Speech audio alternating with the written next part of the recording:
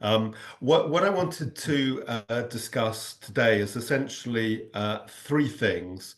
To look at AI technologies that I personally have been using for genealogy, to have a little look into the crystal ball to see what's coming down the line, because this is an area that is changing with immense speed.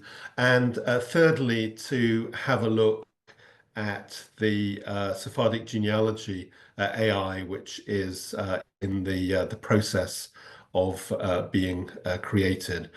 So let us begin with large language models, LLMs, which is mostly what we're going to be discussing today. I'm sure most people are familiar with ChatGPT, and like Tom, they have probably experimented with it. And this is obviously one of tens of thousands of large language models which are being created. And if you've been following the tech news over the last few weeks, you will also have heard of DeepSeek, which is a Chinese upstart that claims to be able to do most of what ChatGPT does, but without the very expensive processors, because AI is quite expensive to run. Now, we don't yet know whether what DeepSeek are saying is correct. We always need to be cautious with technologies coming out of China, but they essentially claim to do what ChatGPT does at 1/30th of the price. And if that is true, it means the technologies are going to get available to the rest of us very, very much faster. And the cost, of course, or a lot of the cost, is in the processors. And as an aside, of course, this is a lot of the confrontation currently over Taiwan between the United States and China, because Taiwan is the main producer of high-end processors. There's a third LLM that I just want to mention here, and that's Claude AI. And Claude is especially good at text. If you need help or support in writing an article, or you need support in writing up your family history, I think Claude is better than ChatGPT. All of the technologies we are going to discuss today are free, but I should say that I have an account with ChatGPT, which costs about, I think, $20 a month. And I find myself now using ChatGPT the whole time, and certainly using Google much less. So what is a large language model? A simple explanation is that it's a type of computer program designed to understand and generate human knowledge. And I think most of us have probably been online for sort of 20, 30 years. And if you think back to word processors, things like Microsoft Word, you of course know that they have spell checkers. So the software needs to know, identify a word and identify the correct spelling. It has a thesaurus, so it can find synonyms for what we are doing. And also it has a grammatical checker, so that your word processor can identify parts of speech and identify when you've made an error in your writing. And if you take that technology and you extrapolate out with much more processing power, much more hard disk space, and so on, you can see how we have reached the point that we are now at. So how does it work? Well, I'm not going to give you a technical explanation. I'm going to give you a very simple explanation, and then a slightly more sophisticated one. The simple one is it learns by reading a very large amount of text, and it recognizes how words are used. It doesn't understand the words, but it understands how words are fitting together, and can determine patterns in that. And to go in a little bit more depth, a large language model, another word for it is a pattern model, because it's trained to look for patterns, and it looks at absolutely vast amounts of data to get there. And so what it does essentially is it finds where the patterns are, and these create parameters. And then if you think about it, it's got the data, and then it's got the architecture, and then you can train it. And essentially, when it creates text that makes sense, you reward it. And when it has text that doesn't make sense, you do not reward it. And through this training, it gets better and makes better predictions. And so essentially, the data, the architecture, and the training are the three elements that we are looking at. So you can ask it questions, give it prompts, and it responds with answers that make sense based on what it has learned. So it's going through rational steps. It's not conscious. What it's saying doesn't necessarily have to be true. It's just the rational outcome of where it has gone. And you can see this with a question I gave to ChatGPT last week, and the answer it will give this week, we'll see a bit later, is very, very different.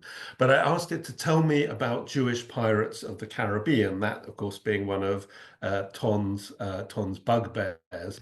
And it told me in eight nice written paragraphs that I've summarized here, that Jewish pirates of the Caribbean were primarily Sephardic Jews escaping the Inquisition and using piracy as a means of survival and revenge against Spain and Portugal, which had persecuted their ancestors. Of course, we all know this to be complete nonsense. So why is it saying it?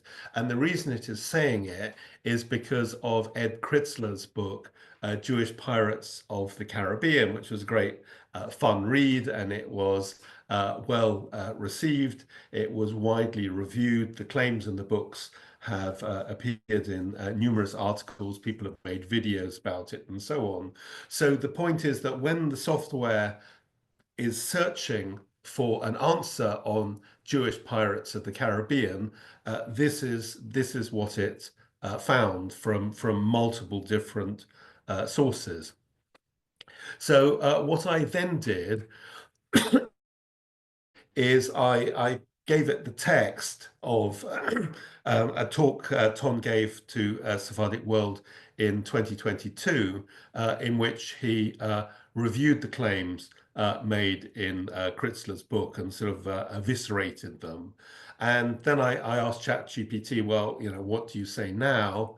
And it came back saying, yes, Ed Kritzler's book is highly speculative. It contains misinterpretations, romanticized accounts, and that skulls and crossbones are memento mori, nothing to do with pirates. And it concluded with Tom Thielen's talk, which you referenced, does an excellent job debunking these myths. So first of all, it gave us with great credibility a lot of nonsense. And now, 5 minutes later, we have a 180-degree turnaround, and it's saying precisely the opposite. And I think this is something we need to remember when dealing with this sort of technology. And so if I can hammer one thing home, is that this is a predictive system based on the data. Large language models don't reveal absolute truth. They're just working through the stats. So Steve Little is a genealogist who is very involved in AI. We'll come back to him a bit later, but he suggests that when we make a search, we do a number of things, that we assume the role of an expert. So we would say, as a expert genealogist, a gardener, a lawyer, a plumber, or whatever, we very precisely say what the goal is that we are after, and we give it some text so it has something to chew on, as he puts it. So some text related to what the question is, so it doesn't necessarily go off on tangents.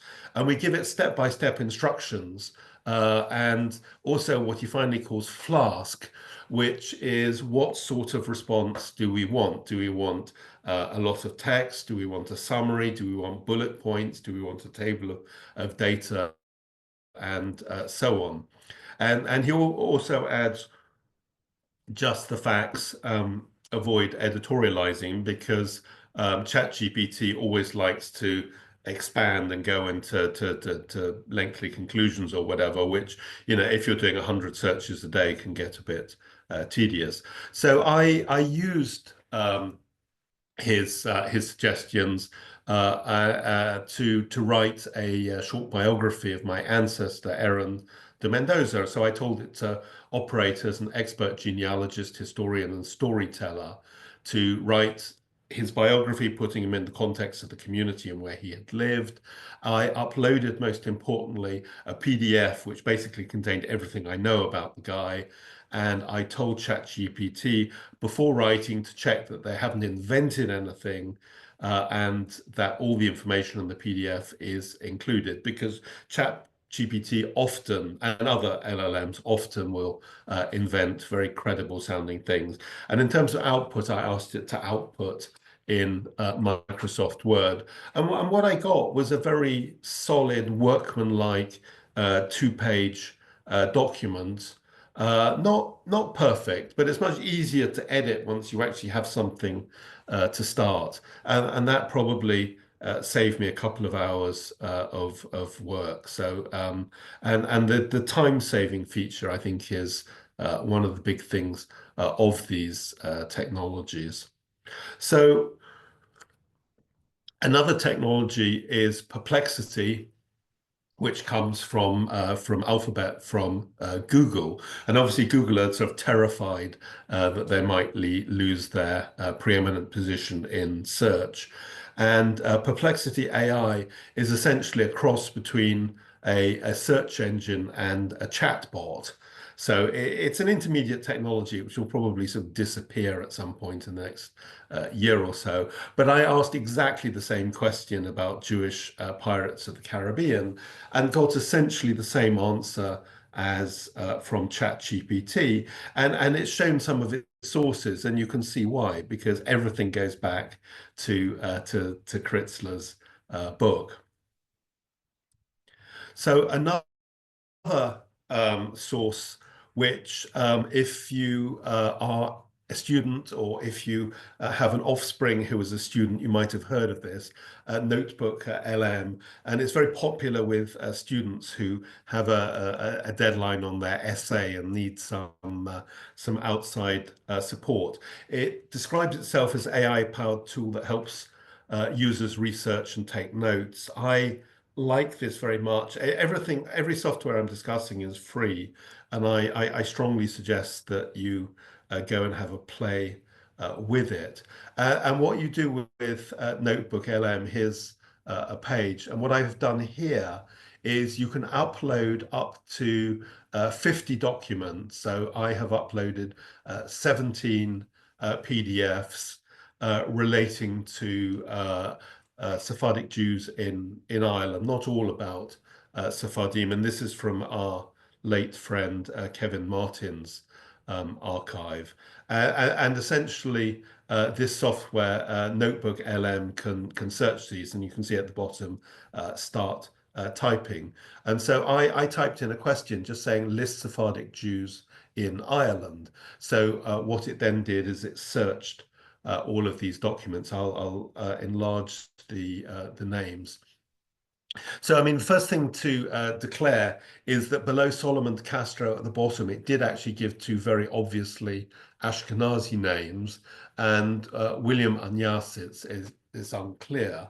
But if you look at the remaining names, this popped up honestly in a second or two, and for me to have researched this myself, I would have needed to skim read through all of the articles, look at the indices of the books, and then myself transcribe this. The numbers relate to the PDFs I uploaded. So you can see again, it's a very valuable time saving technology. Also, I'll show you on the right-hand side. I'll just go back here. On the right-hand side, you have an audio overview. We sent a couple of months ago. We sent an output of a AI created podcast to our patrons. But essentially, what you can do here is based on the documents, you can output a completely artificially created conversation between two very realistic sounding voices. So it's a sort of podcast. And once you've listened to a dozen or so of these, you can see patterns. But this technology is only going to get better. And if you think at the moment, we can already create very short videos, or at least if you don't have a paid account, you can make a very short video only. But you can see how in the not too distant future, these technologies will improve and will merge. So from these PDFs and other documents, we should be able to create much more sophisticated conversations and images. And I don't know what the evolution will be if it goes in some sort of virtual reality or something else. But this is the beginning of something I think very, very interesting to us. So we discussed how this technology might be getting cheaper. At the moment, we are operating principally on the cloud. There are desktop LLMs. GPT 4.0 comes obviously from the same stable as ChatGPT. Llama comes from Facebook, and their other principal rival is Mistral AI. These are the three most popular ones.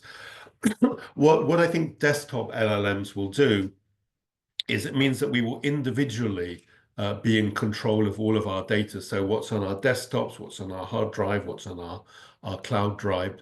So in terms of genealogy, for example, suppose we have a couple of documents on our desktop about great Aunt Agatha, and another one on a hard drive and another one on the cloud. It doesn't matter because we can immediately work on that. And I'm sure we've all got huge amounts of files, some of which we don't even know what we've got in them. And suddenly we're completely in control of that for both genealogy and for anything else we might be doing.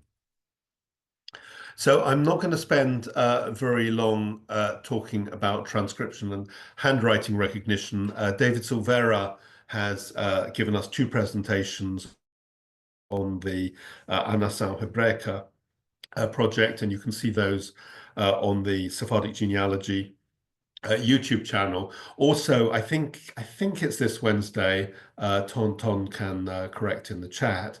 He is making a presentation to the Israel Genealogical Research Association, and you can watch that. But in terms of transcription and handwriting recognition, people will know that if you upload documents to Google Drive, it can often read it, and same with Microsoft Notebook. Transkribus is more sophisticated.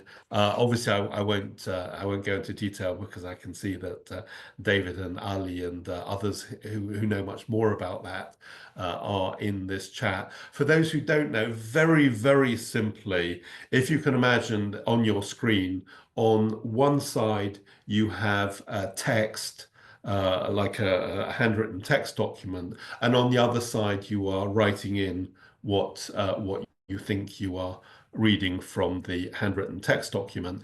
And then over a period, the AI starts to learn to recognize characters and words. And in the end, it can start doing much of the work for you, and hopefully ultimately all of the work, but we are nowhere close to that yet. And there are lots of different models for doing that. If you go to Google and put in Transcribus public AI models, you'll get to the page which shows dozens. So the Anação Hebreca project is most relevant to us. That's the one that's being trained on the early archives of the London Spanish and Portuguese Jewish community. Amsterdam City Archives we'll discuss in a second.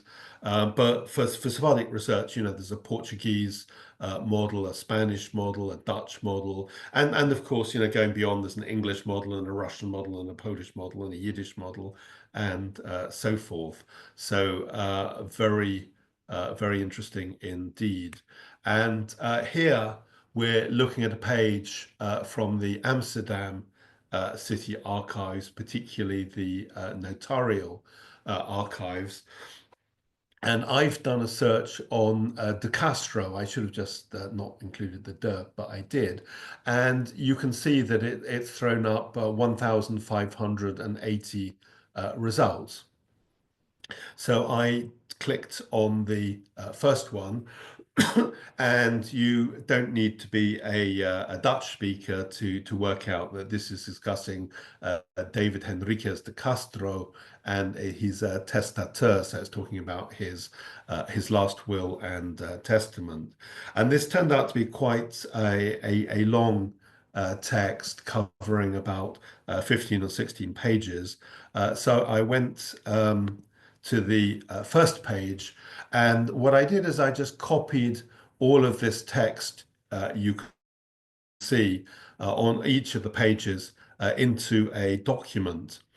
And I then uploaded that document to ChatGPT, saying that it's 18th century Dutch, asking it to correct the text and then translate into a sentence case in modern English. And the result, which again came out super fast, was 4 pages. And here you can see the beginning in Dutch, and this is the beginning of the English translation.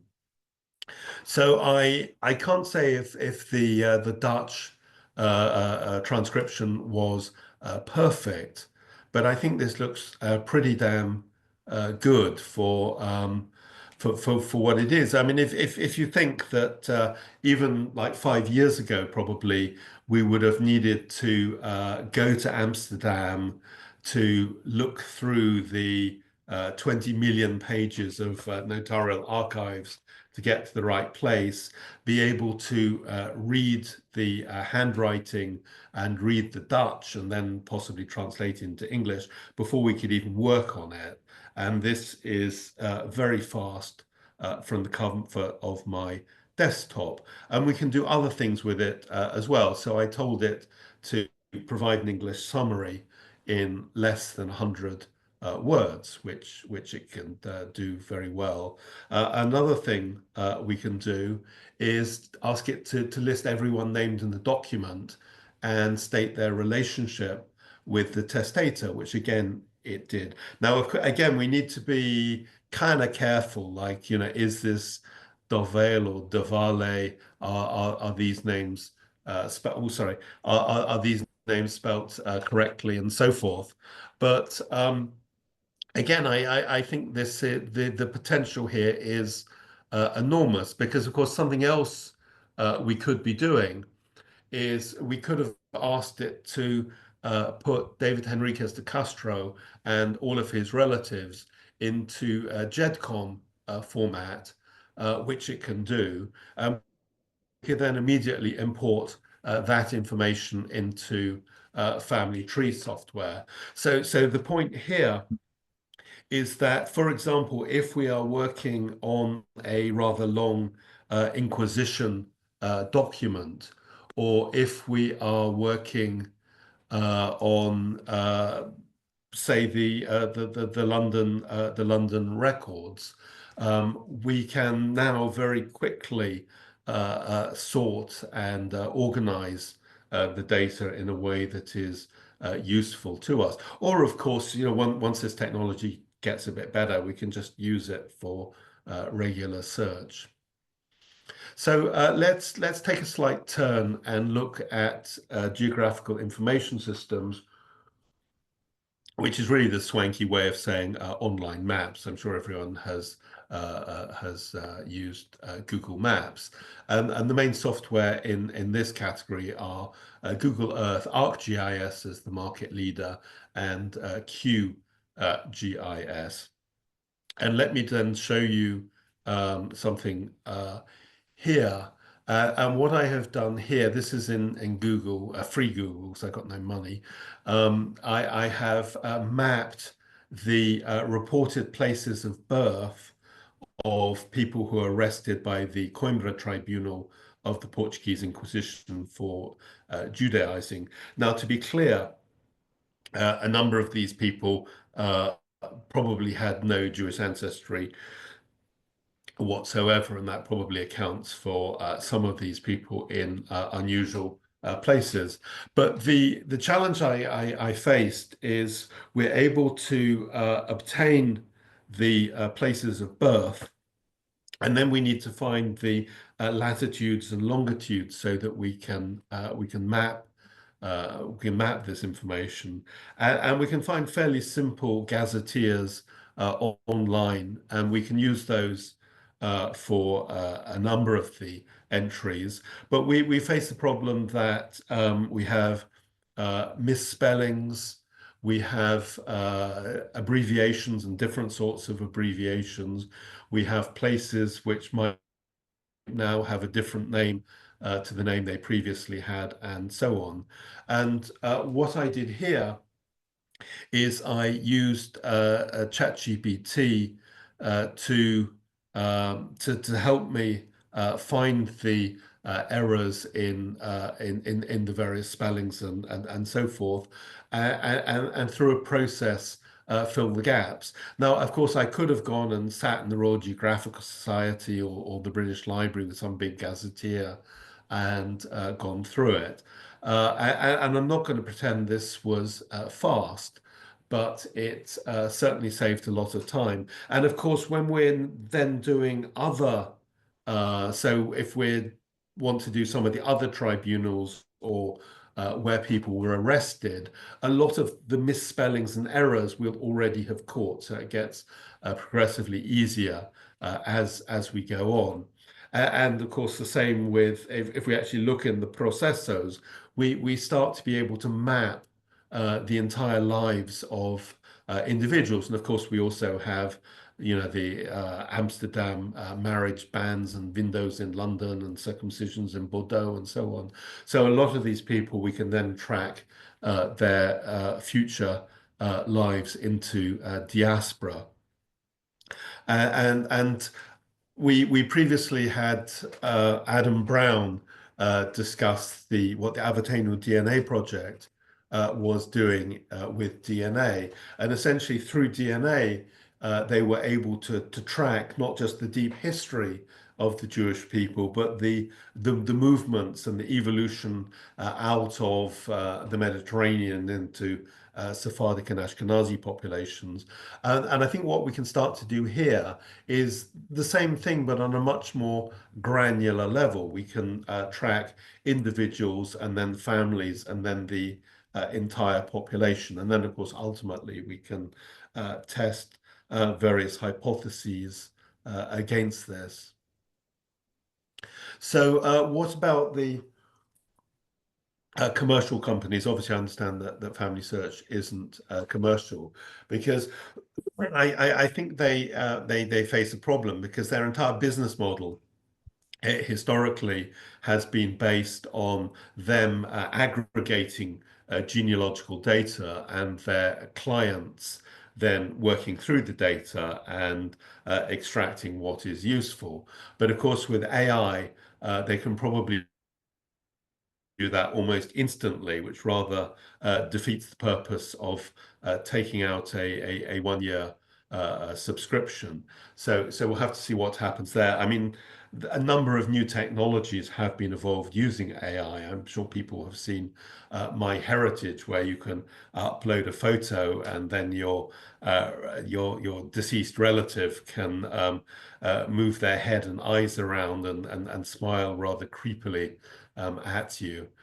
And also, of course, a lot is happening with genetic genealogy, with DNA, especially, I think, well, both Ancestry and MyHeritage actually are rather good at that. I am not a genetic genealogist, and hopefully at some future date, somebody who really understands this subject, possibly sort of Jarrett Ross, the genie vlogger, can come and talk to us about this. But very briefly, I think there are four main uses for AI in genetic genealogy, and most of them we're seeing already. So if, like me, you have an Ancestry account, you'll be familiar with through lines, which is DNA matching and relationship prediction. So I have put my autosomal DNA on Ancestry and a family tree, and if my third cousin has done something similar, Ancestry can tell us who our common ancestor is. Another tool is DNA clustering, so that me and that distant cousin, we each have a lot of other matches. And some of those matches we have will be in common. And the assumption when we have matches in common is that those matches also share the same common ancestor. And so that is another tool. Chromosome matching, people might be familiar with Johnny Pearl and his product, I think it's DNA Mapper, which what he was doing is again, if you think back to me and my third cousin, who we have a match, most of the DNA software will say precisely where we have this chromosomal match, and it will also each of us will probably have a bit more on the chromosome than the point at which we match.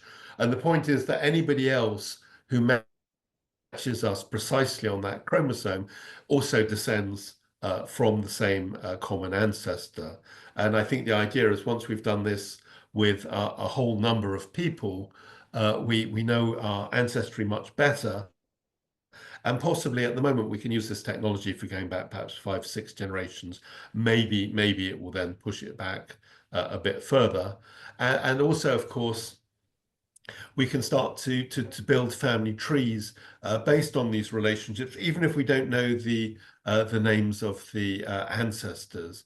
And this obviously has implications not just for genealogy, but for medicine and other fields. But as I say, this is really not my area of knowledge. I mentioned Steve Little earlier.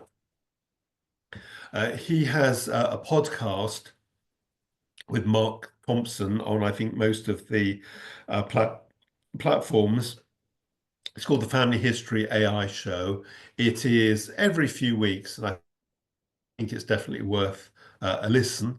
There's also a Facebook group, I know some of our supporters already belong, called Genealogy and Artificial Intelligence, AI. And that's run by Daniel Loftus, who some people in the UK may know is a very enthusiastic young Irish genealogist. Blaine Bettinger, who wrote the book on genetic genealogy, and I was a keynote speaker at the London IAJGS conference. Laura Clark Murray is at Stanford, and both Steve and Mark have their own websites. I mean, there's a lot more experts. I mean, the one thing I would say though is just don't buy a book, because the book will already be out of date by the time it's published. But I think between the podcast and the Facebook group, you can be fairly well informed. So before showing the software that is currently being worked on. I just thought it would be useful to think about what might happen in the next 12 months. In 12 months, we can come back and see how catastrophically wrong my forecast is. I think that desktop LLMs are going to become a thing, and I think all of us, we've probably all got books and articles and things on our desktops, so digitized. But there are so many other sources. If you think about it, this lecture series, we've probably now got about 300 hours of video. And again, if we think about groups, so the Sephardic diaspora group on Facebook has been going now for 10 years and has a lot of very, very valuable material that nobody has yet mined. So there will be improved custom LLMs, and I'll show you in a second. And AI-enabled computers with agents are already here. Agents, I think if you remember, I think it was Windows 94 with Clippy, the paperclip that gave you not very helpful information. But these agents are infinitely more sophisticated.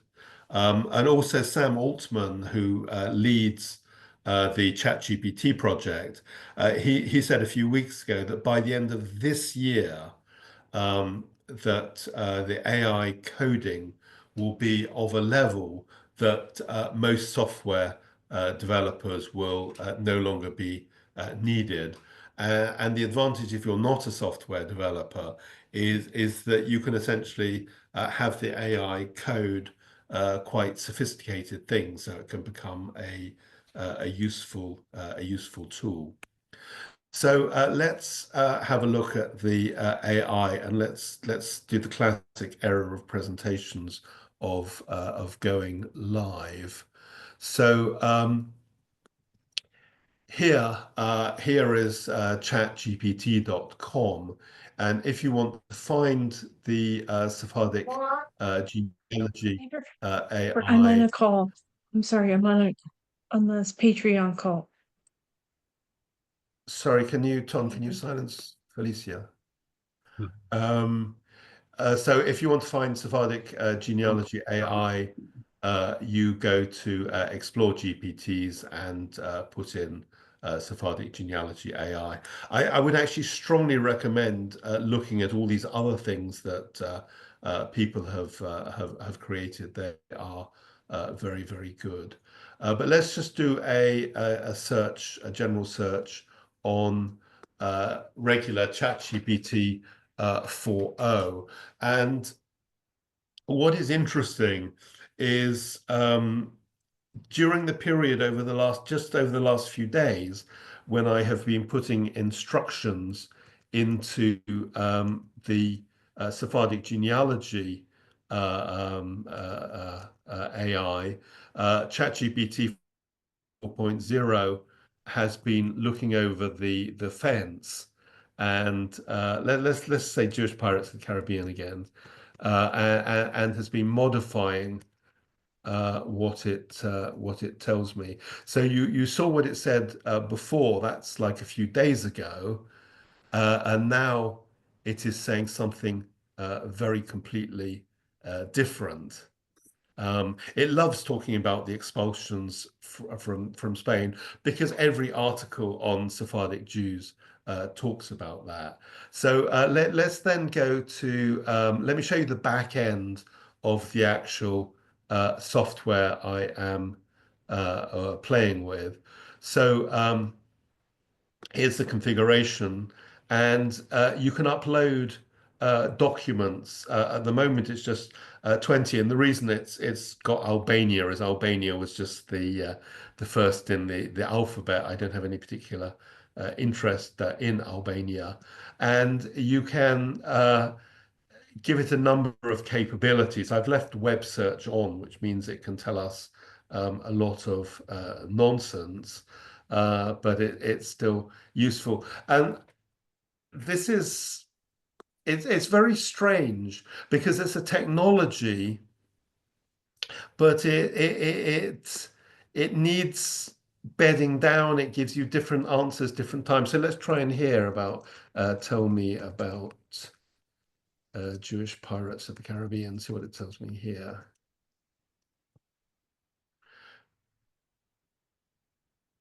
It doesn't want to.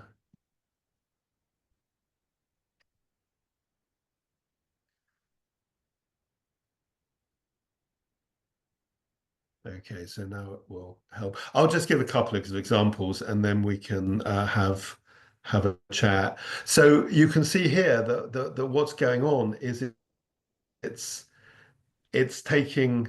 Oh, here you are. So Chrysler's claim has been strongly criticized by historian Ton Thielen.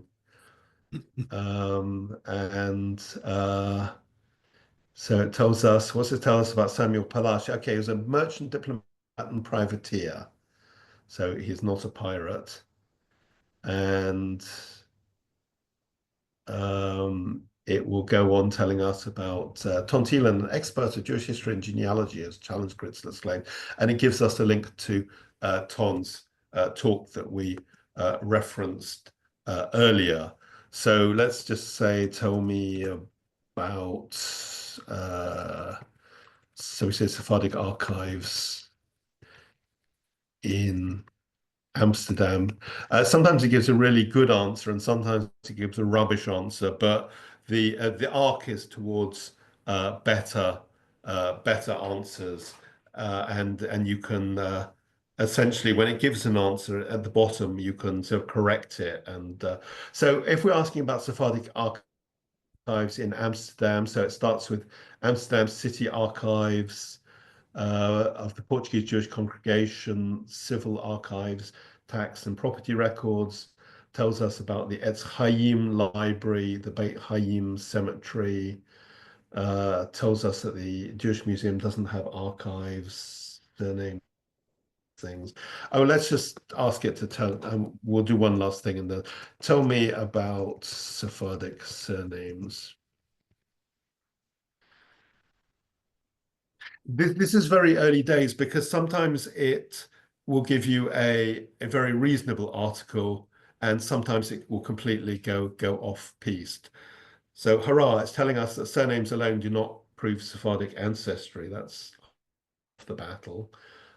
It's telling us different sorts of surnames and where they may come from.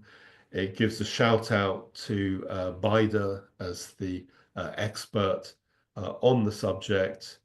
It denounces Sephardic surname lists that you find on a line.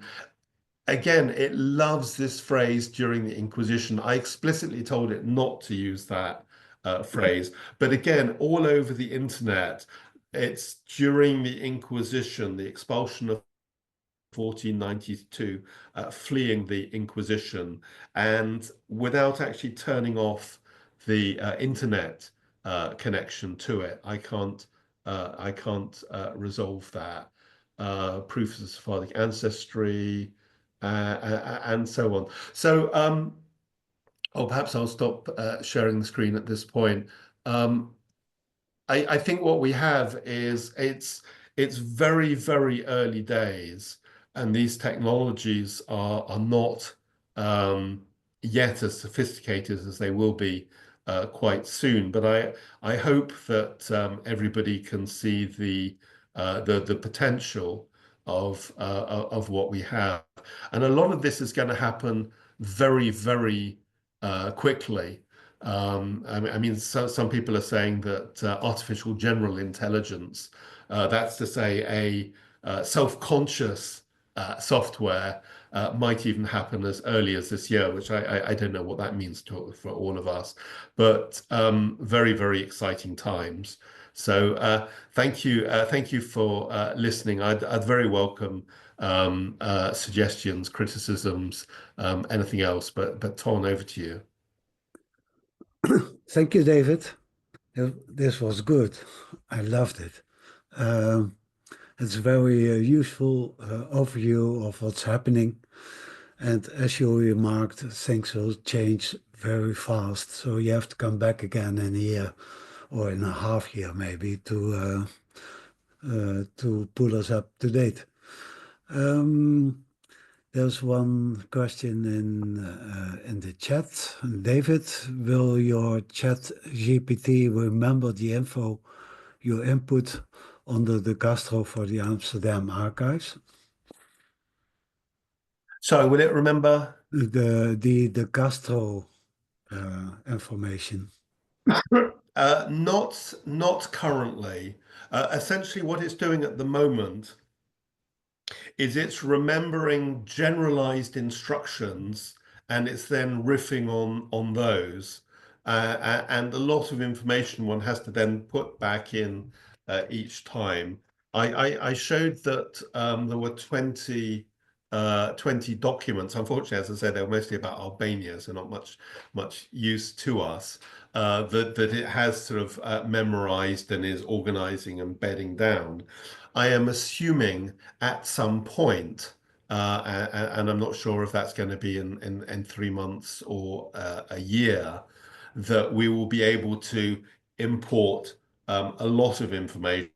And as people know, that our late friend Kevin Martin collected an enormous amount of documents. That being said, we need to first of all differentiate between which documents actually contain uh, reliable data and which do not. And also, of course, we have to think about copyright and intellectual property. And I have no idea what happens with that whole world. You know, if we import, you know, everybody's intellectual property, and then you know it messes us up. So who owns what? But the very short answer, and that's of course the reason I quite like a notebook LM. That notebook LM at the moment can work with 50 documents, whereas ChatGPT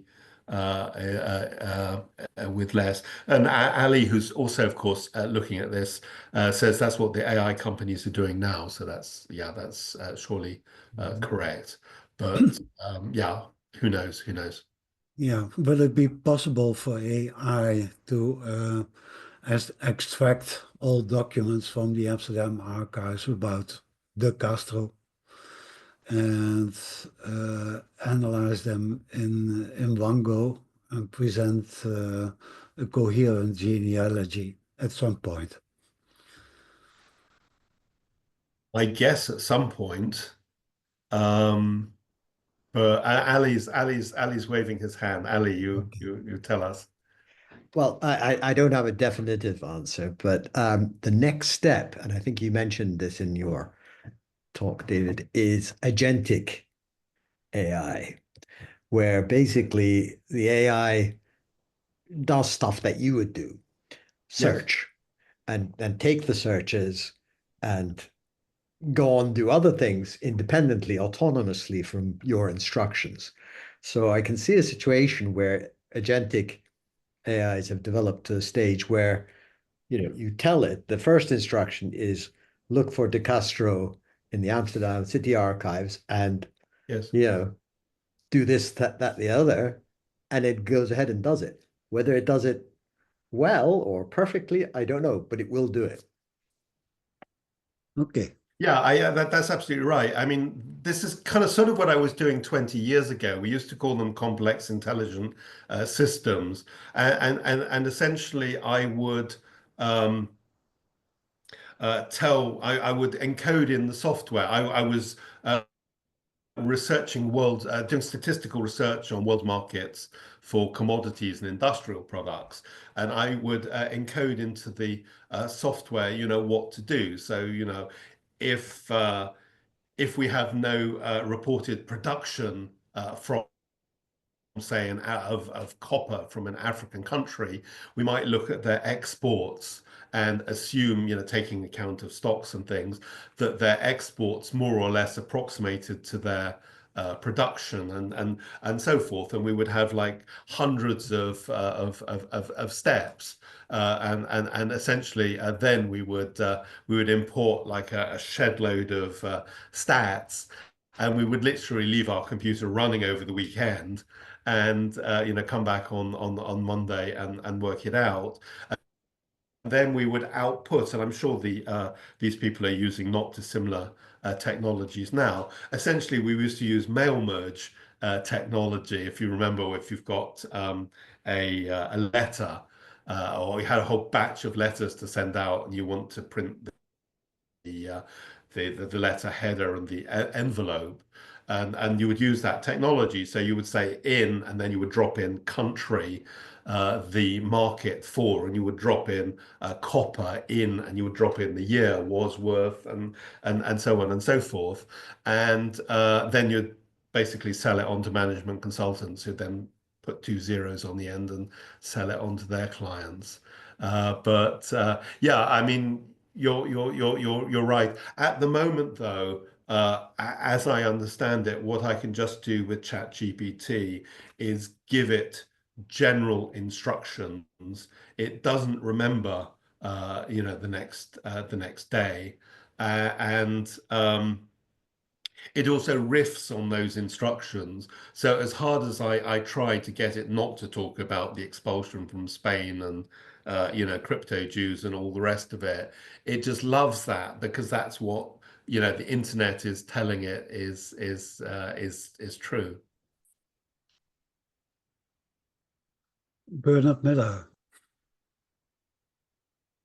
can you Yes, unmute? thank you for that. That was really interesting. It's the second thing I've been to this week on AI in Jewish genealogy. The other one was by Arthur Sisman, who runs a Facebook group Yes. called Jewish DNA for Genetic Genealogy and Family Research, and he's doing another session this week. I'm posting the link, or rather the name. I haven't got the link for the particular session. It was invaluable, but it did prompt me to try 2 or 3 searches. When ChatGPT first came out, I gave it a list of 7 family members from 7th or 8th great grandfather to me and asked it to draw a tree. And it drew a tree and stopped at my grandfather and informed me in writing that I was my grandfather, There you go. which was somewhat disappointing. I decided this week, following Arthur's session, to give it a slightly more complex task, but one that doesn't require other data being input, by me at least. Because I work in multiple languages, I asked it to give me a table in 16 languages of consanguinity. In other words, from myself going back to 20th great grandparents to say how you say that in 16 different languages. And it went off and it whirred, and it came back about 15 minutes later with a list that went as far as 5 generations. And what is interesting is the problems in translating generations start to occur after the 5th generation.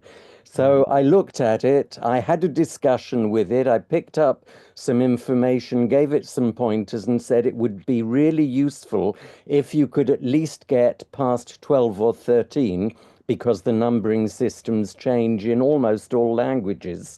And it said, sure, I'll go away, I'll come back when I've got more. So at the beginning of this evening's meeting, I went back to that search and I asked it. And this is what it said at the beginning of the meeting, and it's still the same. I'm checking for more details on how these languages handle deeper generations.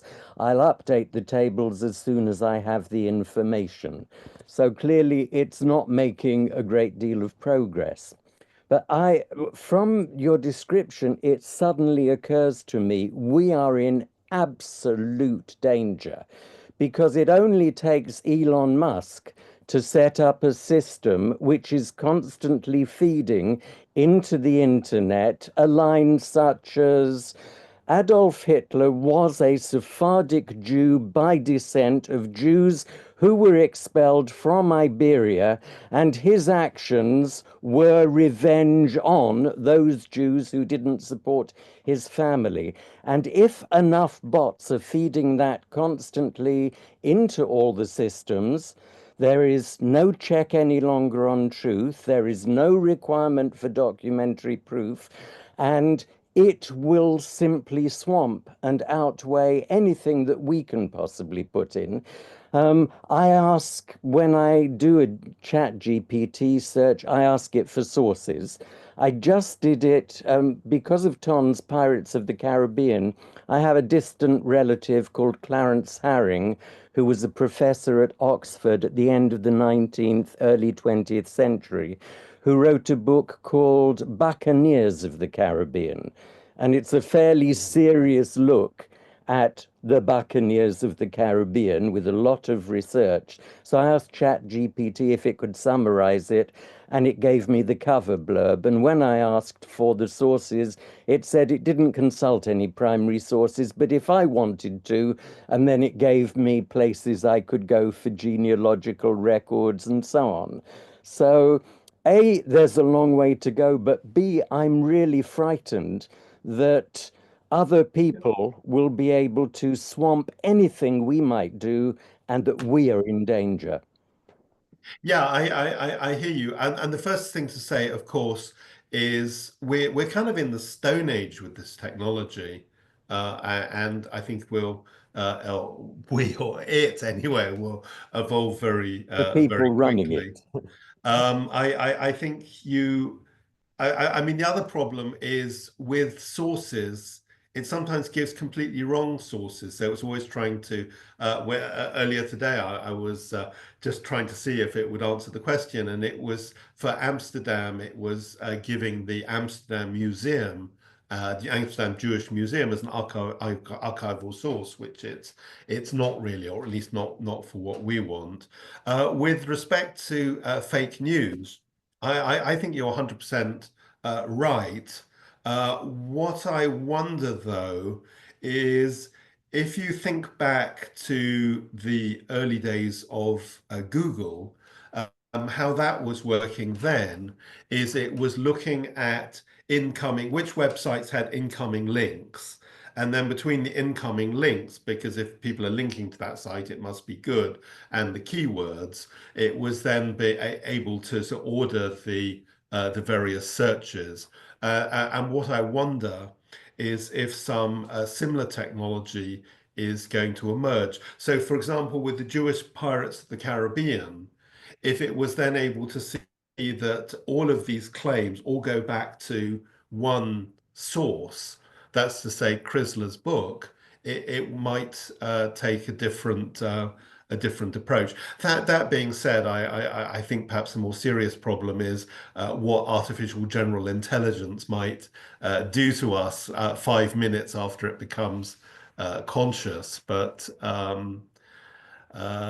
yeah, I mean, I'm who worried knows? And before it's that out of our happens. hands anyway, because if both the Americans and the Chinese and everyone else feel they need to get there first, then somebody will get there first. So we shall see.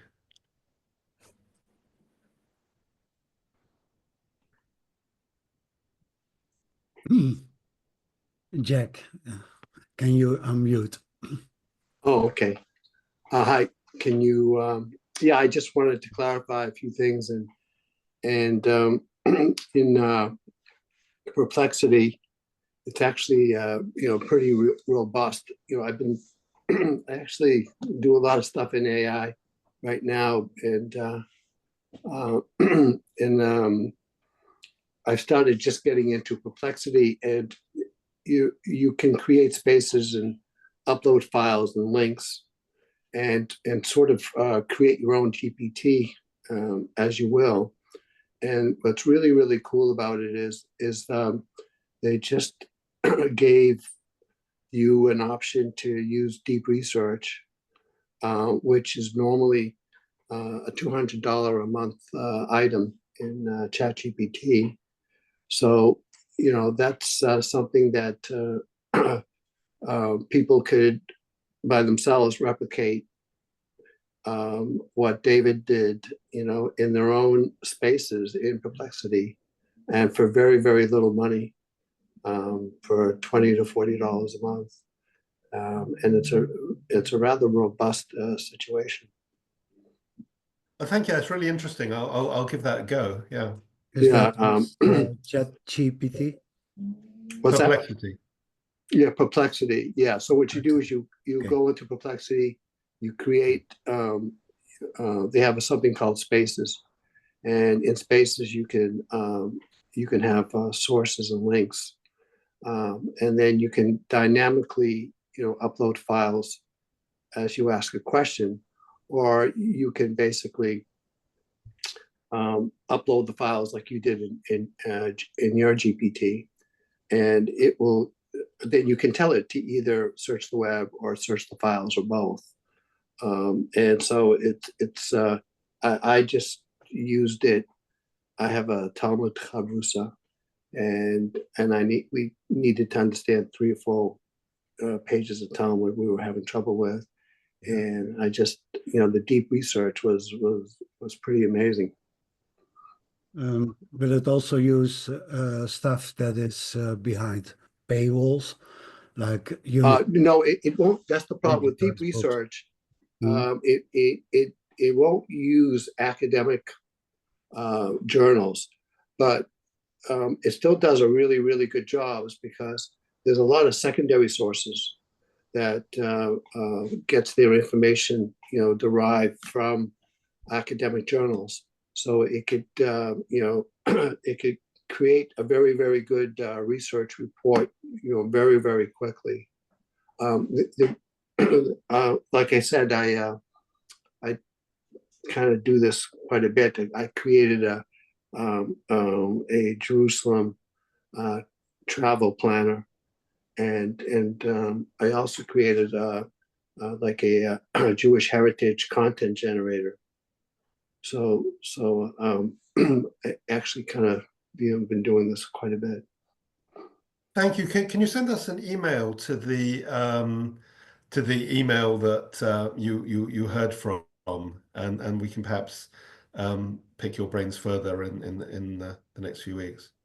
Yeah, well, I wanted to pick Tom Thielen's brain, because my wife is related genetically to Yaakov Curiel, from the well-known Curiel, the pirate, or the privateer. I'll make that correction. So I wanted to pick your brain as to what was going on. Okay. Well, send us a message, and you scratch our back, and we'll scratch yours. Can No I problem. just ask a question there? Is it that pirates were unlicensed and privateers were licensed, or? Yeah, yes, I think Okay. that's what the Thanks. distinction is. Privateers are kosher. Yeah. Not exactly, but Okay, but my relative wrote a book about buccaneers, and I don't know what they were. those were pirates. Are there any more questions? Then Can I just recommend the Arthur Sisman thing on Facebook, which I've Yes. posted the link on? It was very good, and there was a lot of interaction. He showed practical examples. Other people brought stuff in. I'm not going because I think it's largely a repeat, but for anybody who wants to see some of this stuff in action, I think you'll find it valuable. Thank you.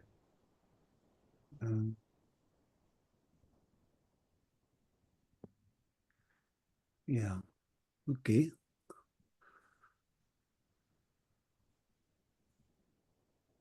Got the email address. Thank you. Then let's conclude the evening. Thank you very much, David, for a lively presentation, and it's been a very clear one, very understandable. It's a nice, very nice introduction into what AI can do for us, and maybe what AI can do to us. So Will do to us. So let's conclude the evening. Thank you, all your patrons, for supporting us and making this work possible. We hope to see you in 2 weeks' time, usual time. Thank you.